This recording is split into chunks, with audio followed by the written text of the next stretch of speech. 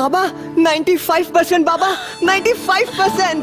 দারুণ সোনা, দারুণ। তাড়াতাড়ি রেডি হও, সবাইকে সুখবর দিচ্ছি। চিন্তা হচ্ছে না কলেজের ফিজের? স্কলারশিপ পেয়ে যাবে।